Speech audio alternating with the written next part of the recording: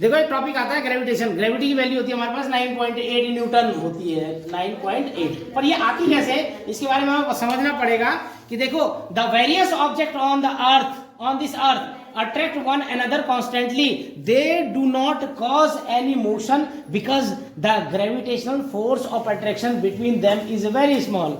देखो वो कह रहा है कि अलग अलग ऑब्जेक्ट्स होते हैं अर्थ पे जो अट्रैक्ट करते हैं एक दूसरे को, लेकिन they do not cause any motion, लेकिन वो किसी प्रकार का कोई मोशन नहीं करते, because the gravitational force of attraction between them is very small, बहुत छोटा होता है।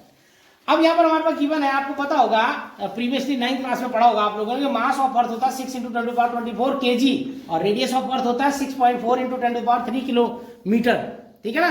और यूनिवर्सल ग्रेविटी कांस्टेंट होता है 6.67 होता है, पर ये नॉर्मली लिखा हो 6.7 × 10⁻11 न्यूटन मीटर स्क्वायर पर kg स्क्वायर। अब इसको जो सॉल्व करने का तरीका होता है, the force of gravitation is calculated by using the formula F = G × m1 × m2। Suppose ये m1 मास है, ये m2 मास है, तो F = G × m1 × m2 upon r²। इनके बीच का जो डिस्टेंस होता है वो r² में लिया जाएगा, ठीक है।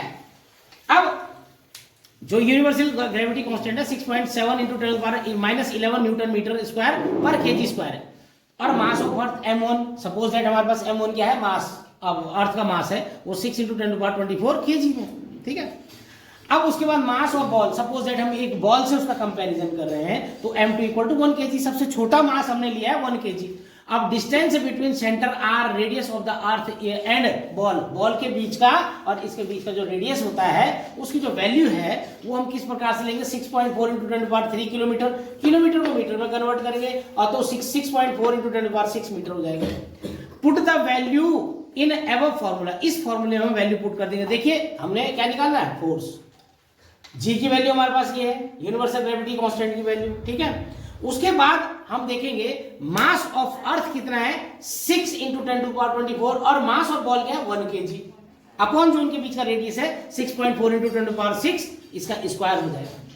अब आपको पता होना चाहिए जब हम इसको कैलकुलेट करेंगे तो सबसे पहले तो हम ये जो पावर्स होते हैं इनको अलग कर लेंगे, बाकी की मल्टीप्लाई कर लेंगे, उसके बाद 6 × 2 = 12 हो जाएगा और इसका स्क्वायर 6.4 का स्क्वायर हो जाएगा। अब इसको जब हम डिवाइड करेंगे तो आपके पास कैलकुलेशन के बाद ये वाली वैल्यू आ जाएगी, जिसको बोलेंगे 9.8 न्यूटन। ये हमारी अर्थ की जो ग्रेविटी होती है उसकी वैल्यू होती है 9.8। मैं आपको एक बार थोड़ा सा फिर रिकैप करवा देता हूं कि हमारे पास दो मासेस हैं, एक तो अर्थ है और एक हमारे पास बॉल है। इनके बीच हम ग्रेविटी को फाइंड आउट करेंगे तो उसमें सबसे पहले हमें पता होना चाहिए मास ऑफ अर्थ 6 × 10⁻24 kg होता है, रेडियस ऑफ अर्थ 6.4 × 10⁻3 किलोमीटर होता है, और universal gravity constant 6.7 × 10⁻11 newton metre square पर kg स्क्वायर होता है।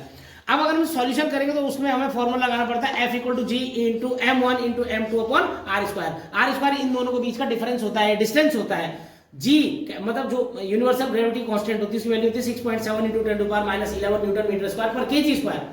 मास ऑफ अर्थ m1 दे रखा 6 × 10⁻24 kg, mass of ball = m2 = 1 kg दे रखा, सबसे छोटी हमने यूनिट ले रखी है इसमें। उसके बाद हम क्या करेंगे, इसको जब सॉल्व करेंगे, क्योंकि हमने डिस्टेंस बिटवीन r मतलब जो इन दोनों का जो डिस्टेंस होगा वो 6.4, सॉरी अर्थ का रेडियस ऑफ अर्थ जो होगा 6.4 × 10⁻3 किलोमीटर। अब किलोमीटर को मीटर में कन्वर्ट करेंगे तो 10⁻6 यानी 1000 आ जाएगा इसमें। अब हम वैल्यू में पुट करेंगे F = ये कैपिटल G की वैल्यू है, ये मास ऑफ अर्थ है और ये मास ऑफ बॉल है, अपॉन उनके बीच का रेडियस जो होता है उसका स्क्वायर करेंगे। जब हम इसको डिवाइड करेंगे, मल्टीप्लाई करके इसको डिवाइड करेंगे तो वैल्यू आ जाएगी 9.8, और इसकी जो यूनिट लेंगी जो SI यूनिट होती है सिस्टम इंटरनेशनल, ये तो खैर सिस्टम इंटरनेशनल नहीं आता है, लेकिन इसको जो वैल्यू लेंगी वो हम न्यूटन में लेंगे। किस में लेंगे, न्यूटन में लेंगे। That's all.